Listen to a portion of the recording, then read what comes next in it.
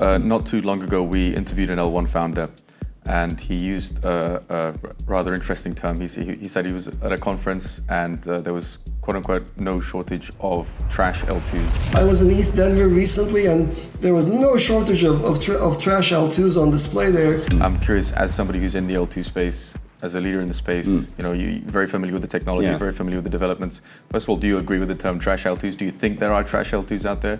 And do you think we're heading towards potentially a period of a major shakeout where a majority of these L2s might not survive?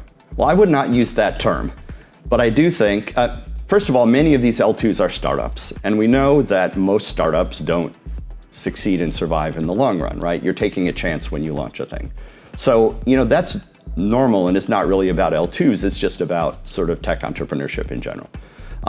That said, there are trade-offs. If you want to launch something new, or if you're an established project and you want to come into the L2 space, you can do it by being an application on top of one or more of the sort of high traffic, high user base, high TVL chains, or you can launch your own chain.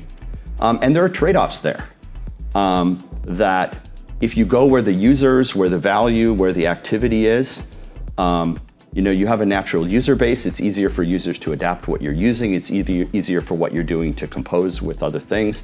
And you don't have the overhead of running your own chain, right? So there is a trade-off there. And I think the community is generally getting smarter about how to make those choices. And certainly there are probably people who have made that mistake, made that decision incorrectly in either direction as well.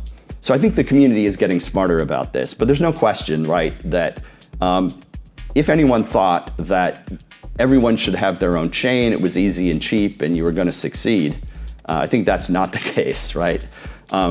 People should be thinking carefully about this trade-off. What are the pros and cons, right? And for me, what it comes down to is that if you're going to have your own chain, you should do that because you need to customize something. Right? There's something that doesn't work the way you need it to work for your technology or your business on an existing chain. Like we see, for example, chains that want to use different economic models. Maybe someone wants to have a subscription model rather than charging their users gas. Right? Maybe they want some very different kind of tokenomics that's key to what they're doing. Maybe they want to have a super fast block time. That's faster even than Arbitrum 1. We see that with some gaming chains, for example. If you need something that isn't available or doesn't make sense on a chain that's designed for everyone to use, then you can consider an L3, right? And you can ask, how much does this cost? What friction is it going to add for onboarding users and all of that, and then make a decision. I think the community is getting smarter about that. But no doubt, I think we will see in every evolution of technology, there's always a shakeout. and that's going to happen here too. If I said, put your finger on a time frame, is it 12 months, is it 24 months, is it 5 years? It's continuous. Yeah, I mean, you see people starting projects, and this is true again across the whole tech ecosystem. See people starting projects that don't get traction, right? You see areas where multiple projects start and then some of them survive and some of them don't. It's a continuous process. Sometimes the market, the broader market, or the discourse will have a mood swing, and I tend to think that those mood swings are more extreme than the reality.